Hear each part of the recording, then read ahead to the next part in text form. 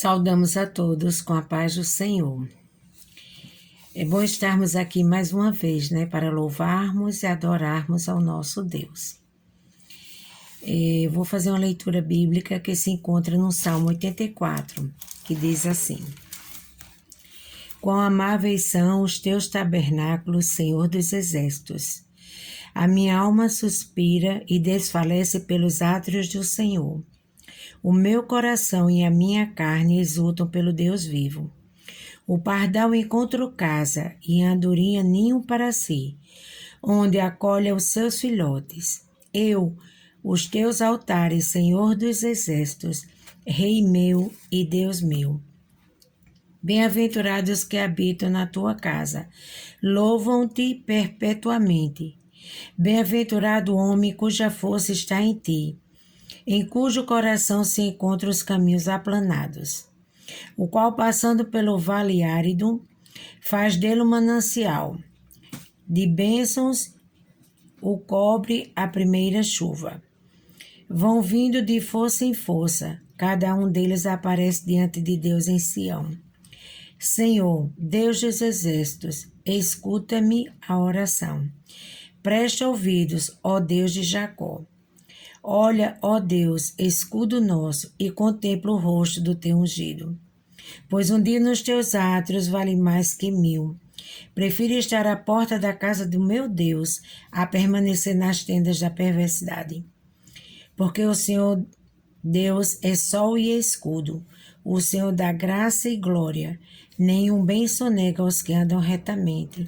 O Senhor dos exércitos, feliz o homem que te confia, Essa é muito bonita essa palavra, porque diz assim, como Deus, ele também cuida de nós, O pardal tem o seu canto, se alegra, está com o seu ninho, e nós estamos sempre alegres em estar na casa do Senhor, Então, que nós possamos colocar essa palavra nos nossos corações. Agora nós vamos ouvir uma oração pela nossa irmã Francimar, pedindo a direção de Deus para este culto. Saúde a todos na gloriosa paz do Senhor, amém? Vamos orar nesta noite, agradecendo a Deus por essa rica oportunidade de estarmos aqui, nesta live, agradecer a Deus por mais um mês. Então vamos orar agradecendo a Deus. Senhor, nosso Deus e Pai, nós te louvamos, te exaltamos, bendizemos o teu nome, te agradecemos, ó Pai, porque bem sabemos que o Senhor tem sido fiel em nossas vidas, tem nos dado oportunidade, tem nos dado livramento, tem nos protegido de todo mal.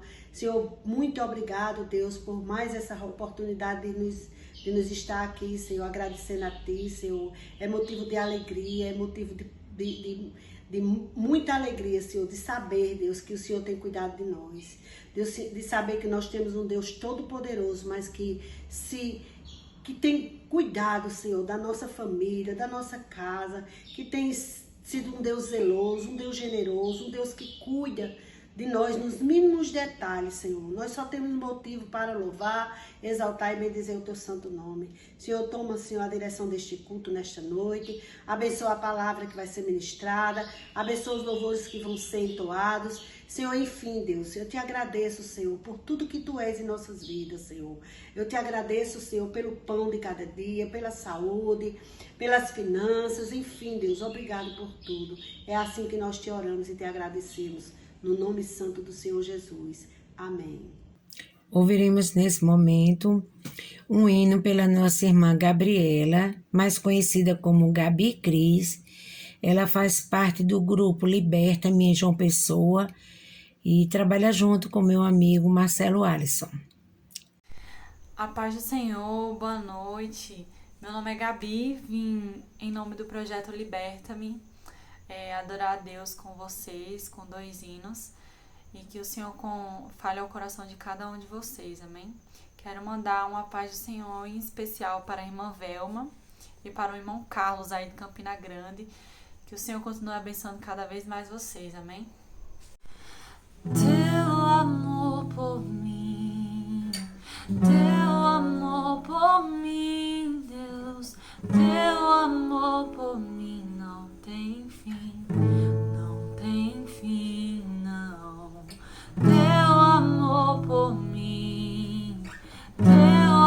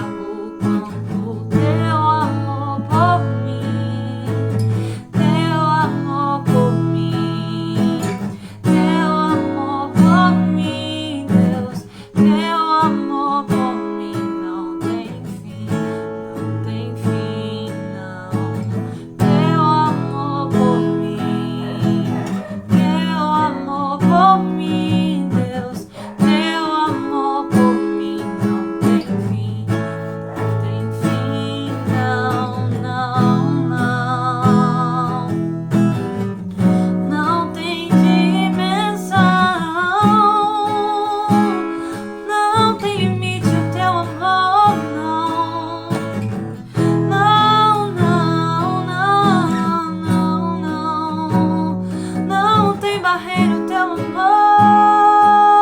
não. No mais profundo mar tu estás, e no mais alto céus tu estás também. E mesmo se no abismo eu cair, eu sei até ali a tua mão me guiará. No mais profundo mar tu estás, e no mais alto céus tu estás também. E mesmo se no abismo eu cair, eu sei até ali a tua mão me guiará. Pois o teu amor por mim, Deus, teu amor por mim não tem fim, não tem fim, não. Teu amor por mim, Deus, teu amor por mim não tem fim, não tem fim, não.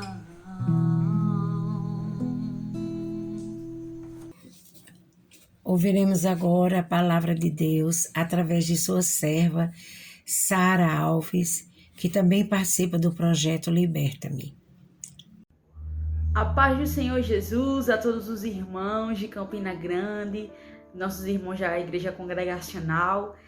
Quero dizer da minha alegria, da minha satisfação em poder estar aqui nesse vídeo, transmitindo a palavra do Senhor para você que está aí na sua casa. Que Deus continue te abençoando, e desde já quero agradecer aos irmãos por esta oportunidade. Amém? E eu quero deixar para sua meditação um texto lá em Atos dos Apóstolos, capítulo 14.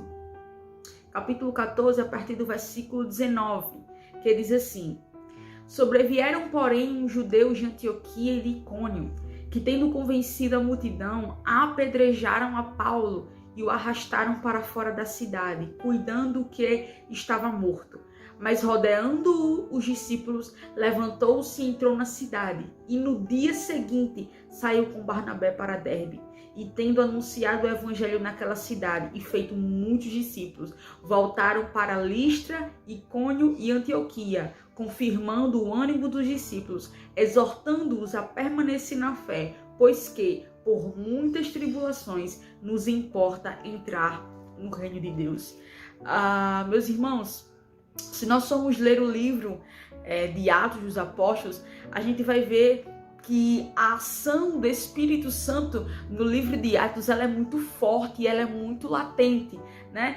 Alguns teólogos até dizem que o livro ele não deveria se chamar livro de Atos dos Apóstolos, mas Atos do Espírito Santo, porque é muito nítido e é muito claro ver a ação do Espírito Santo, a mão do Espírito Santo se movendo na igreja de Atos. Se você for ler o livro de Atos dos Apóstolos, você vai ver que o Espírito Santo ele está em absolutamente tudo. Ele está presente na salvação dos crentes, ele está presente no ministério, ele está presente batizando, ele está presente curando. Ele está presente, se movendo no meio da igreja. Só que é interessante a gente perceber que no livro de Atos dos Apóstolos, o Espírito Santo, antes dele agir nas missões, antes de ele agir no campo missionário, enviando os missionários, fazendo a sua obra no meio daquele povo todo, antes disso tudo, ele opera primeiramente no missionário. Antes do Espírito Santo começar a mover as suas mãos sobre as missões, ele vai operar primeiro em quem ele vai enviar. Ele vai operar primeiro naquele que vai transmitir esta palavra. E a gente vê exatamente isso na vida do apóstolo Paulo. Quero pedir sua permissão para que antes de nós entrarmos no texto mais profundamente, a gente relembrar um pouquinho como foi a história do apóstolo Paulo. Esse homem que foi chamado por Deus lá no capítulo 9 que era perseguidor de crentes, era fariseu, zeloso da lei de Deus, não suportava o evangelho de Cristo, não suportava o próprio Cristo.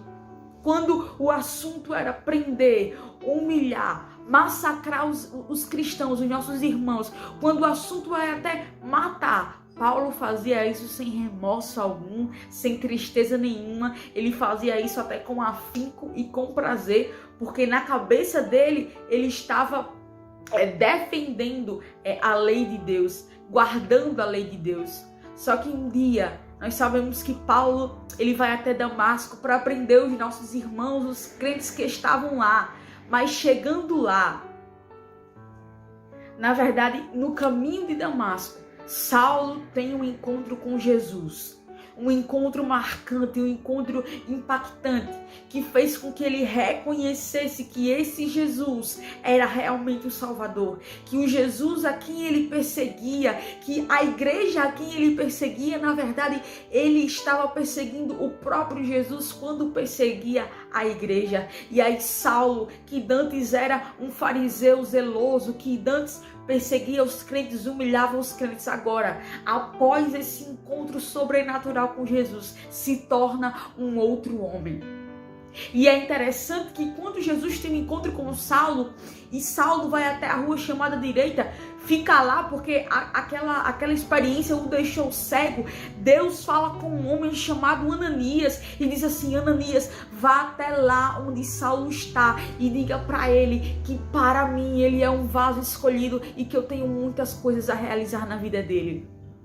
E Ananias, naquele momento de oração, naquele momento de devoção, eu acredito, eu imagino que Ananias fala assim: Senhor, o Senhor tem certeza? Na verdade ele disse: Senhor, esse Saulo que o Senhor está falando, muito temos ouvido acerca deste homem. Esse homem tem perseguido a tua igreja, esse homem tem feito mal ao teu povo, Deus. Eu acho que ele quase falou assim: é desse Saulo mesmo? O Senhor tem certeza que é esse Saulo mesmo que o Senhor está me mandando ir falar com ele? E aí Deus diz: Ananias, vá até ele e diga para ele que para mim ele é um vaso escolhido. E essa frase de Deus, essa afirmação de Deus, quando ele diz assim: para mim, eu acho tão forte e tão sobrenatural, porque nesta frase de Deus nós estamos vendo o peso da opinião de Deus sobre a vida de alguém. Nós estamos vendo o peso da opinião de Deus sobre a vida de Saulo. Sabe o que Deus estava dizendo? Olha, vocês podem até achar, vocês podem até o considerar como um homem mau, vocês podem até o achar um homem desprezível porque ele persegue, porque ele prende. Vocês podem achar tudo isso de Saulo, mas para mim, a minha opinião sobre ele, o que eu penso dele, é que ele é um vaso escolhido. Sabe, irmãos, nós entendemos através dessa palavra de Deus que ele não necessita da opinião de terceiros para escolher ninguém. Deus não necessita da opinião de terceiros para chamar alguém. Quando ele escolhe, está escolhido, porque o que mais importa nas nossas vidas não é a opinião dos outros a nosso respeito, mas é a opinião de Deus a nosso respeito. É o peso da opinião de Deus ao meu respeito, ao teu respeito, que é o que faz a diferença na nossa vida. Imagina se para escolher alguém o Senhor ouvisse a opinião de outras pessoas. Imagina se para escolher alguém para usar, se para escolher alguém para o ministério, o Senhor fosse dar ouvidos à opinião de terceiros, à opinião dos outros.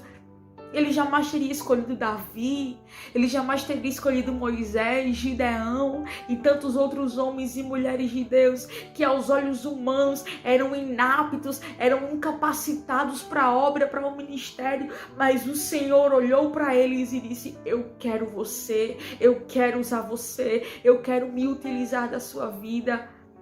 Sabe, quando eu vejo a história de Saulo, eu lembro daquele versículo em Isaías capítulo 41, versículo 9, quando Deus fala assim: olha, tu és o meu servo, a ti te escolhi e não te rejeitei. E talvez você pode estar assistindo agora essa mensagem e falando assim: mas irmã Sara, o que é a história de Paulo, o que é a vida de Paulo tem a ver com a minha vida, com a minha história? E eu posso dizer para você: tudo. Talvez você não perseguiu os crentes como Saulo perseguia. Talvez você não humilhou os crentes como Saulo humilhava. Mas eu quero te fazer uma pergunta. O Senhor te rejeitou? Quando o Senhor olhou para você, Ele virou as costas para você? Quando todo mundo talvez tenha falado que você não servia, que você não prestava, será que Deus olhou para você com um olhar de desprezo? Não, não, não. As palavras que ele usou foram as mesmas de Isaías. Tu és o meu servo, a ti te escolhi e não te rejeitei. Por isso, meu irmão, levante a sua cabeça, trabalhe para o Senhor conta contigo, o Senhor conta com a tua vida, o Senhor conta com a tua chamada para alcançar outros povos, para salvar vidas. Você não foi salvo por Jesus simplesmente para ficar estático, parado. Não, não, não. O Senhor te chamou para fazer a diferença nesta terra. Aleluia. O Senhor te chamou para fazer a diferença nessa geração. E assim como Ele usou Paulo, assim como Ele usou Timóteo, assim como Ele usou Barnabé e tantos outros homens e mulheres de Deus que passaram por esta terra, deixando uma mensagem, um legado, Ele quer usar a sua vida, Ele quer se utilizar de você. Aleluia. E aí o Senhor escolhe a Saulo para o ministério. E entrando nesse texto que nós lemos, o apóstolo Paulo, ou Saulo, né? Às vezes eu troco os nomes, mas é tudo a mesma coisa. O apóstolo Paulo, ele já estava exercendo o seu ministério já há 14 anos após essa chamada de Deus. E ele já estava envolvido na obra missionária, já estava levando o evangelho de Jesus. E o que eu acho interessante nesse texto é que ele é muito profundo. E ele vai dizer que quando Paulo foi para Antioquia e para Icônio para pregar o evangelho e a palavra do Senhor Jesus, os judeus que estavam naquelas cidades não gostaram da mensagem de Paulo. Rejeitaram a mensagem de Paulo a ponto de o apedrejarem. E esse apedrejamento foi tão forte, mas tão forte, que Paulo, ele ficou como morto. Olha, irmãos, que coisa terrível. É como se você fosse pregar o evangelho aí na cidade de Campina Grande, que é onde você está. E aí, você pregando o evangelho, algumas pessoas não gostassem da sua palavra e começassem a apedrejar você. Só que esse apedrejamento não eram simples pedrinhas, não eram com paralelepípedos, pedras grandes, pedras que faziam um estrago terrível no ser humano quando lançadas sobre ele. E não é à toa que a Bíblia fala que eles apedrejaram Paulo foi um apedrejamento tão extremo que Paulo, ele ficou como morto, foi dado como quase morto, ficou parado ali no chão. As pessoas olhavam para ele e falavam: esse homem está morto, não tem mais jeito para esse homem, acabou, foi apedrejado. Só que sabe o que é incrível nesse texto? É que a Bíblia vai dizer no versículo 20: e rodeando os discípulos, levantou-se e entrou na cidade, e no dia seguinte saiu com Barnabé para Derbe. E é isso que me chama a atenção nesse texto. Porque o homem no dia anterior foi apedrejado e dado como morto, mas no dia seguinte tinha se levantado com tanta ousadia para pregar de novo o evangelho. Sabe, e quando eu leio um texto desse, eu fico dizendo: meu Deus, que paixão é essa? Que amor é esse? Que profundidade em ti é essa? Que o homem foi apedrejado, dado como morto, mas no outro dia, no dia seguinte, ele estava lá de novo. Estava lá pregando de novo, estava lá anunciando de novo. E eu entendo, através dessa mensagem, que existe um nível na nossa caminhada com o Senhor, um nível na nossa caminhada com Deus, a qual nada pode nos parar. Um nível na nossa caminhada com Deus que, quando a gente chega nesse nível, não tem nada nessa terra que possa deter a nossa marcha e a nossa caminhada. Esse nível que pode ser alcançado por nós, onde a doença não pode nos parar. Você lembra de Jó? Deus permitiu que Satanás tirasse tudo de Jó, seus filhos, seus bens, e o que sobrou para esse homem foi apenas chagas, uma doença terrível, que comia toda a sua pele, fazia com que você ficasse se coçando o tempo inteiro. O que sobrou para Jó foi as chagas e um caco de telha para ele se coçar. Só que sabe o que é lindo na história de Jó? É que mesmo em meio a essa dificuldade, ele levanta os olhos para o céu e diz assim: eu sei que o meu Redentor vive e que por fim se levantará sobre a terra. Em outro versículo no livro de Jó, ele vai dizer: olha, ainda que ele me mate, nele eu esperarei. Ainda que ele tire a minha vida, ainda que eu não sirva mais para esse mundo, eu ainda esperarei e eu ainda confiarei nele. É nesse nível de intimidade, é nesse nível de entrega que nós podemos chegar, onde a doença não pode nos parar, onde a enfermidade não pode nos deter. Aleluia! É nesse nível de entrega, é nesse nível da nossa caminhada, nesse ponto que nós podemos alcançar, aleluia, onde a morte não pode nos parar. Eu não sei se você lembra da história do profeta Ezequiel. O Senhor, um belo dia, chega para o profeta Ezequiel e diz assim: Ezequiel, eu vou tirar de ti o deleite dos teus olhos. Que ele estava falando da sua esposa, para mostrar para Israel que assim como eu estou tirando o deleite dos teus olhos, eu vou estar tirando o deleite dos olhos do povo, que era o templo. E aí Ezequiel diz, no capítulo 24, se não me engano: o Senhor falou comigo pela manhã, quando foi à tarde e a minha esposa faleceu. Mas aí eu te faço uma pergunta: depois que a esposa de Ezequiel faleceu, Ezequiel parou de pregar? Ezequiel parou de anunciar as palavras de Deus? Não. A chamada de Ezequiel não parou. O ministério de Ezequiel não parou. Ele continuou pregando, ele continuou anunciando, porque existe esse nível de profundidade, esse nível na nossa caminhada com o Senhor, onde a doença não pode nos parar, onde a morte não pode nos parar, onde o desânimo não pode nos parar. Certa vez o profeta Jeremias, pregando, profetizando para o povo, se sentiu desanimado com a sua mensagem, porque ele pregava e as pessoas não acreditavam nele. Quanto mais Jeremias pregava, menos as pessoas davam crédito às suas palavras. Os sacerdotes daquela época não o ouviam, o povo não ouvia, os políticos não ouviam. Ele se sentiu descredibilizado. E sabe o que é interessante? É que no versículo 20, no capítulo 20 do versículo 9 do profeta Jeremias, ele vai dizer assim: olha, quando eu pensei, quando eu falei, não me lembrarei mais dele, não vou tocar no nome dele, não vou mais pregar essa palavra. Isso foi para mim como um fogo cerrado em meus ossos, foi como um fogo cerrado em meu peito, e eu não posso conter este fogo. Sabe o que Jeremias estava dizendo? Olha, quando eu pensei em parar, quando eu pensei em desistir tudo, em largar tudo, isso foi para mim como um fogo em meus ossos, e eu não posso conter este fogo. Olha, sabe por que você não parou ainda? Sabe por que você não desistiu ainda? É porque o fogo da chamada de Deus que queima dentro do teu coração é muito mais forte do que você, é muito mais forte do que o teu desejo de tentar desistir, e é por isso que você não desistiu.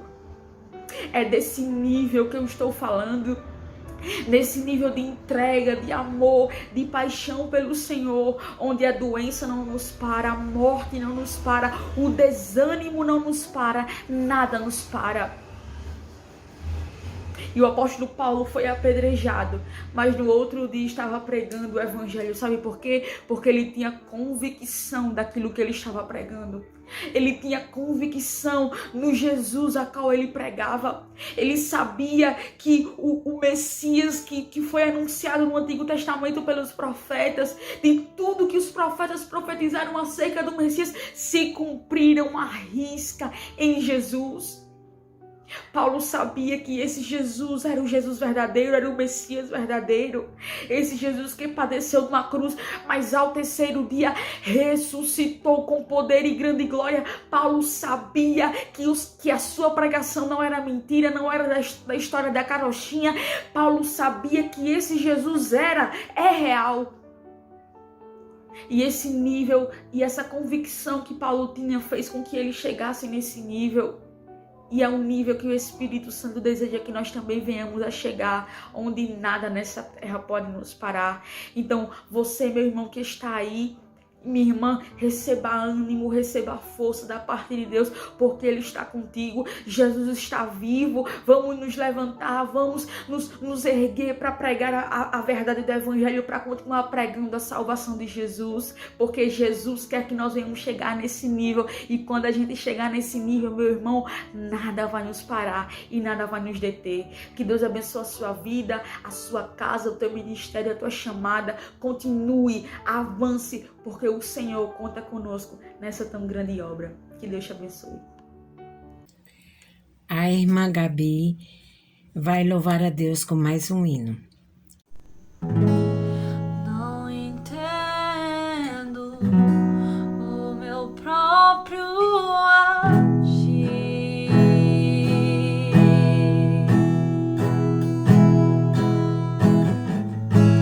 Sem a graça, o que seria de mim?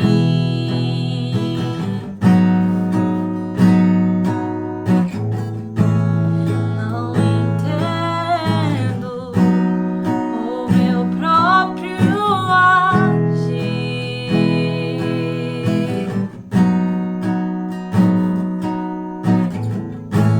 Sem tua graça, o que seria de mim, Deus?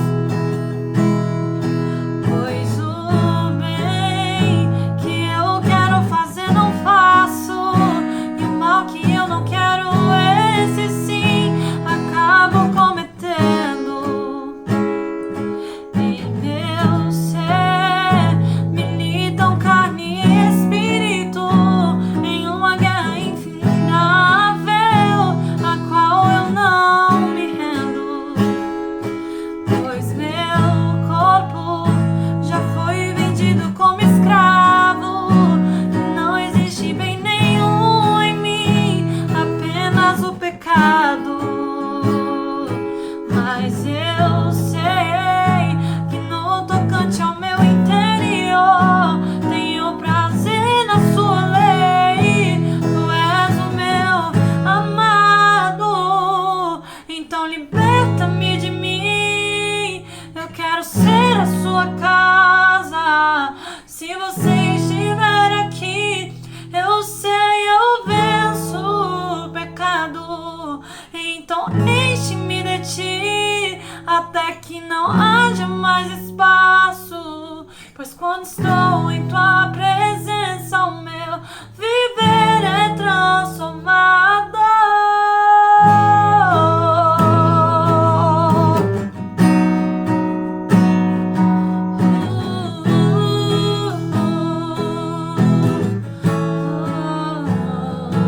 Pois o bem que eu quero fazer não faço, e o mal que eu não quero, esse sim, acabo cometendo.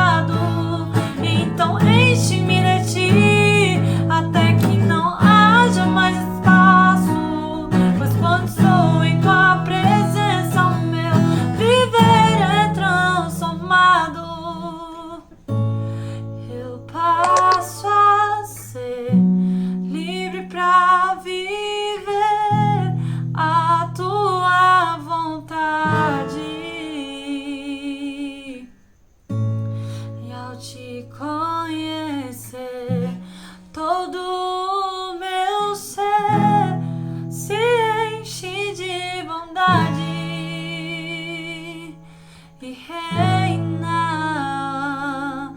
o Espírito sobre a carne. E reina o Espírito sobre a carne. Estamos encerrando mais um culto e eu quero agradecer primeiramente a Deus por essa oportunidade e agradecer às nossas irmãs Francimar, a nossa irmã Gabi e a nossa irmã Sara, né, que nos ajudaram a realizar este culto. Quero agradecer também ao nosso irmão Marcelo Alisson, né, que foi quem nos apresentou as irmãs que fazem parte do projeto Liberta-me. Que Deus possa estar abençoando grandemente esse projeto. Quero mandar um abraço para a Carminha, Giovanni e toda a sua família. São amigos do coração, temos saudades. E quero agradecer a todos que participaram deste culto, né? Que Deus possa estar nos abençoando. E se Deus assim nos permitir, no dia 30 de agosto estaremos aqui mais uma vez para louvarmos e adorarmos ao Senhor. Boa noite, se cuidem, um abraço.